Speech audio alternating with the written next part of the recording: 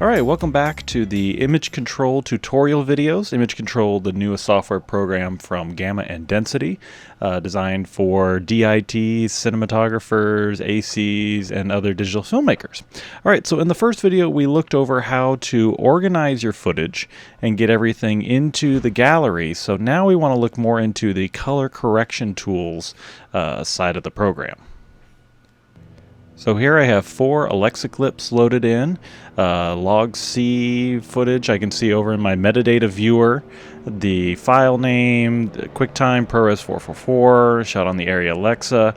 Up in my video scopes I know this is log C with the lifted blacks, low saturation.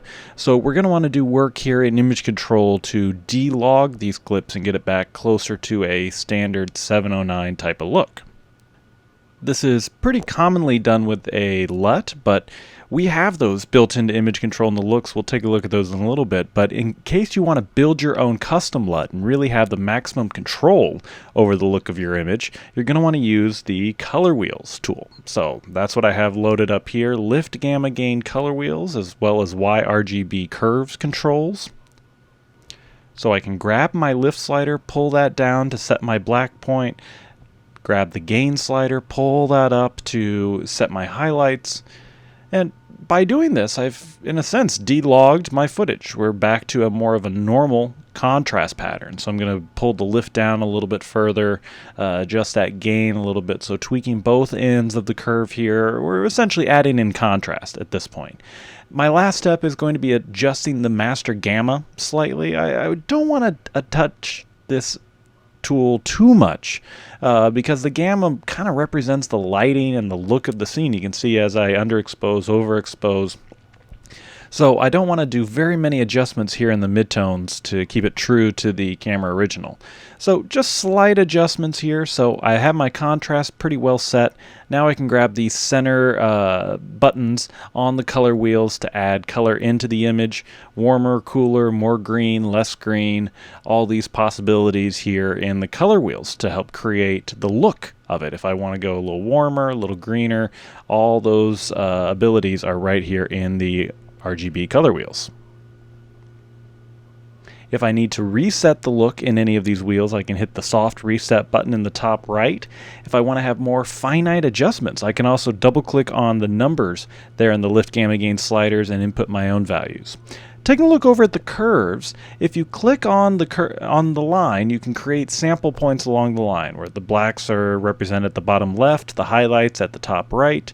So by clicking and dragging on custom points on this line, I can add in more contrast, less contrast, have control over the luminance, red, green, and blue as well. So the curves give you a lot of flexibility over the image that you might not get with the color wheels.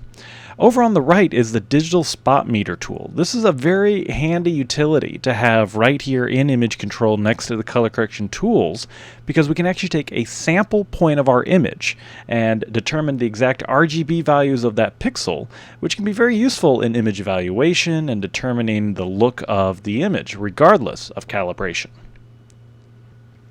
So if I go up to the image, the cursor turns into a crosshairs, and here's where I'm selecting my sample point now.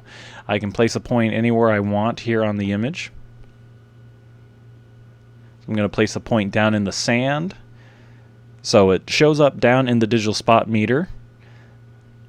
Another sample up in the water, up in the waves. That shows up as point number 2 now. And take another sample point there in the hair. So as I zoom in down here, we can take a look at what these numbers are telling us. The first 3 values here in the digital spot meter represent RGB values. So this is very useful for determining the color of the image. Same thing with RGB IRE values as well, luminance values. We're looking at 5 red, 8 green, 11 blue in our IRE RGB values.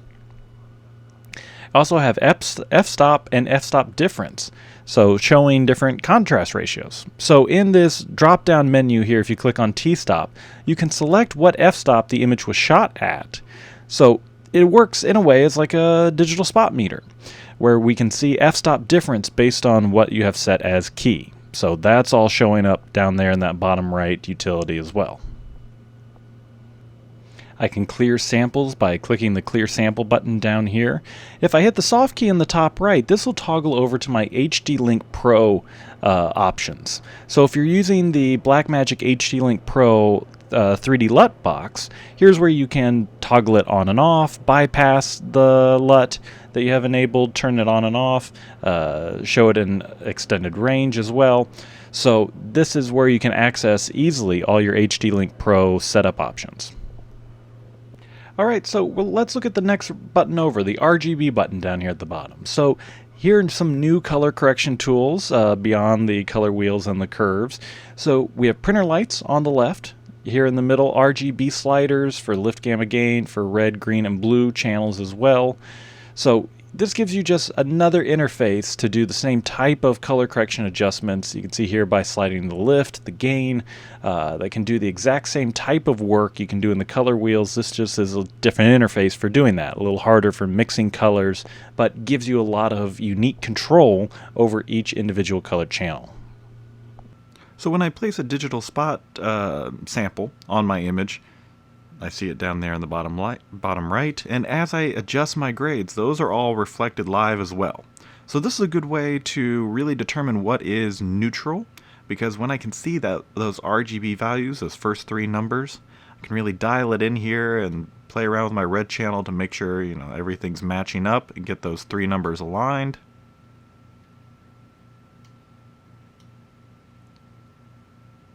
Pretty close. So that's telling me in the spot number 1, digitally it's all neutral. I mean, 1 point more red, but close enough. So you can get very precise with your grading using the color wheels tools, the RGB sliders, to dial in your grade, looking at it live here on the viewer, using the test instruments. You can also send out your image using an external video preview device. So this is like your Blackmagic DeckLink or Ultra Link or Ultra Studio, whatever they're calling it these days. They can send out an HDMI signal or a clean SDI signal out of your computer. So this way you could be previewing your grade on your reference monitor as well. So other ways to create looks is here in the Looks tool. So if you don't want to use the wheels or RGB sliders to make manual grades, we have a bunch of preset looks loaded into Image Control. Let me go ahead and reset all, clear out my image back to log C. So the first one we'll look at Technical Profiles, which is the one that comes up first by default. We have a lot of preset looks for decoding some of the popular gamma formats you'll find in a lot of the cameras you're using, like Canon Log, ARRI Log C, S-Log2, S-Log3, Red Log Film, a generic linear to log, log to lin looks. So in this case we're working with Alexa Log C footage. So I'm going to double click and apply my Log C to 709 LUT. There we go. So easy, one-click way to decode Log C back into 709.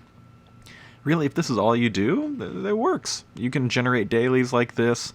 You can use this same look with your HD Link for live on-set monitoring, and can be a great resource for quick, simple, easy-to-use color grading. So that's all here in the Looks, the Technical Profiles category. If I get into System Looks, Effects, here's a lot of different grades that have been created over time. You know, horror, classic look. We also have camera stock emulators, which is pretty nice. So you could apply a Kodak Vision 3 500T look as well.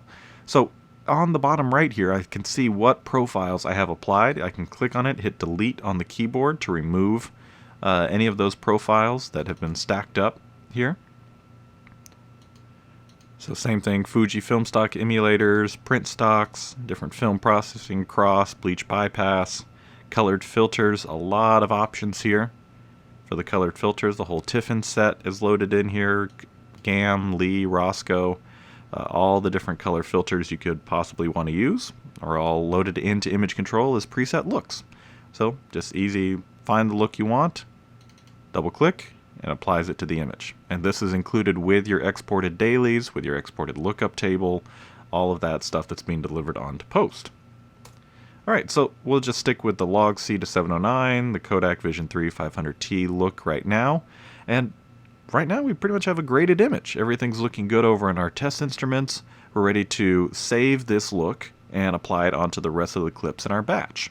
So to do that, I'm going to go up here to Looks, Save Active Grade as User-Defined Look. So that's going to combine everything I was doing with the color wheels, with the RGB sliders, printer lights, the preset looks, and combine it into one preset. So I'm going to call this beach scene. Okay. So now down in the looks category, if I go to user defined looks, here I have beach scene loaded in. So now this is an easy preset. If I go back into my gallery, okay, so I'm back in the gallery here. I'm selecting a different clip, and I'm going to want to paste that look we set on that tighter 2-shot back out here on the wide. So I'll go ahead and play through that and get on a nice representative frame in which to grade from. All right, get the little paper slate out of the way. Full focus, great. All right, so I have my representative frame here. I'm going to go back into the looks control, user defined looks, and there's our beach scene look down here. I'm going to double click there, and now I can apply that look onto any of the clips. I have a quick one-click preset to copy the look we set on the other shot onto my other shot in the scene. I can also do this in a batch way instead of bringing in individual clips. So if I click back in the gallery on my other 2 clips, hold down the Option key on the keyboard to select multiple clips, right-click, apply active grade to selected items. So it's going to take that grade on this clip that's loaded in here in the viewer and paste that onto my other 2 coverage angles. Double click here, move through, go into the color wheels so I can see in my looks that beach scene is still copied onto this new clip. Same thing on the other side here, back in looks, beach scene has been copied onto that shot as well. Alright, great. So we have our looks copied onto all of our clips. We've set them using the color wheels, the RGB sliders. So we're ready to move into creating dailies. Everything's looking good. Standard 709, test instruments check out. So in exporting and creating dailies, that's going to be the Generate tab here. So we have generator presets for ProRes, for Avid DNX, JPEG sequence, TIFF sequence, 4K, H.264s, all of that stuff. So I can resize my frame here so I can see everything here in the display. So I can choose one of these quick presets, and it's going to automatically set my video settings accordingly. So let's say I wanted to create a new preset. Let's say maybe some Apple ProRes 422 LT footage.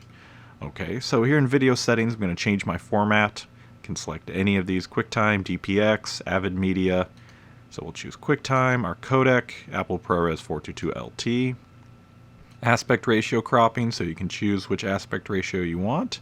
We'll go none as shot. Your resolution for dailies, you can create HD dailies all the way up to 4K DCI, 4K UHD dailies as well. If you want timecode burn-ins, framing, crop, fit to frame, you can set in and out points as well on your footage, so you can cut out the slates at the beginning and end if that's important, generating audio to go along with it. And once I have this preset the way I want, and I'm going to want to bake out all of my dailies using this, I'm going to call this my ProRes LT preset. Save user preset. Great, so ProRes LT, so all my settings carry through here on this preset, and then I click Start Render.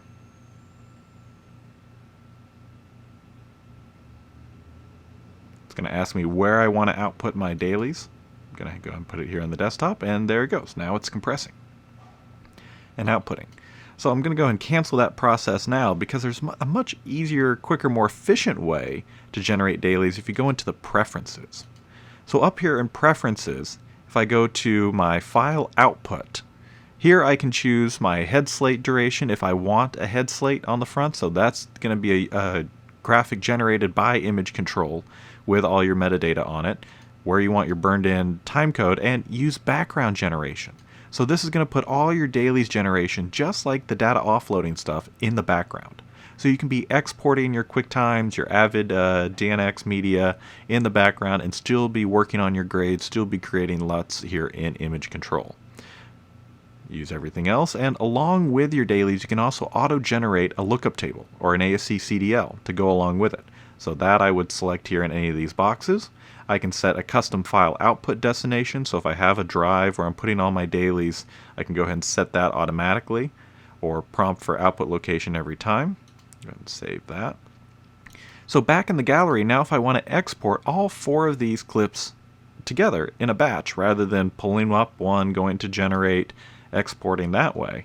In the gallery, just like we were batch applying that look, if I hold down the Option key and select all 4 of my clips here in the gallery, right click, generate selected items, and there's my ProRes LT preset.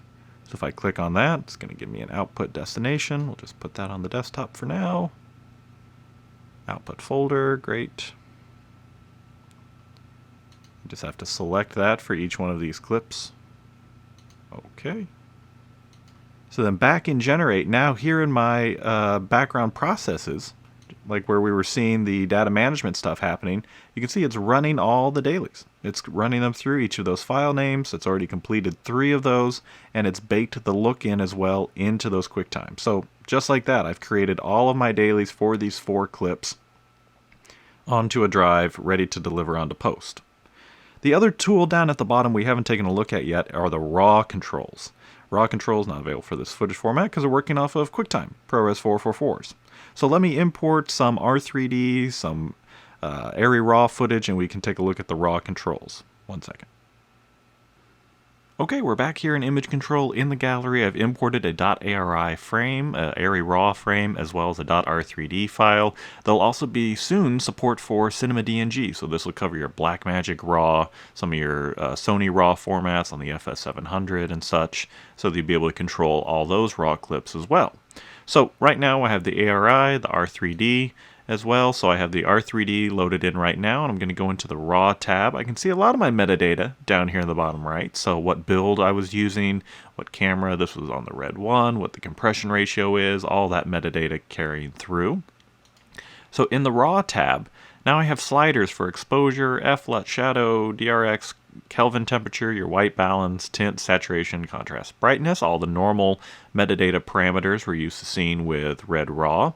I can also change my ISO to any of these values, adjusting the gain in post. I can also adjust my color space, so supporting the latest Dragon Color red presets as well. I can also choose just straight 709.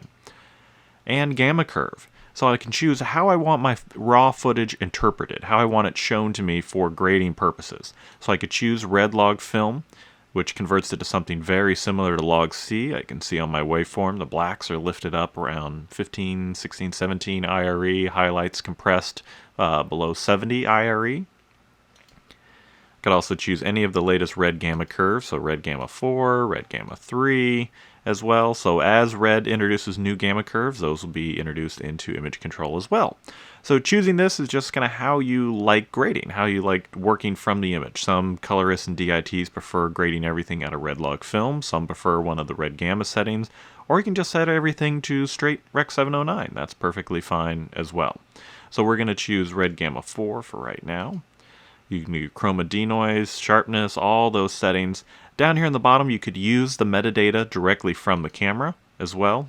Use the RSX file if there's one along with the clip. So this is a great way to click and drag to control all your raw metadata if you prefer to grade in this way. You can also click on any of these categories and just set numbers individually as well.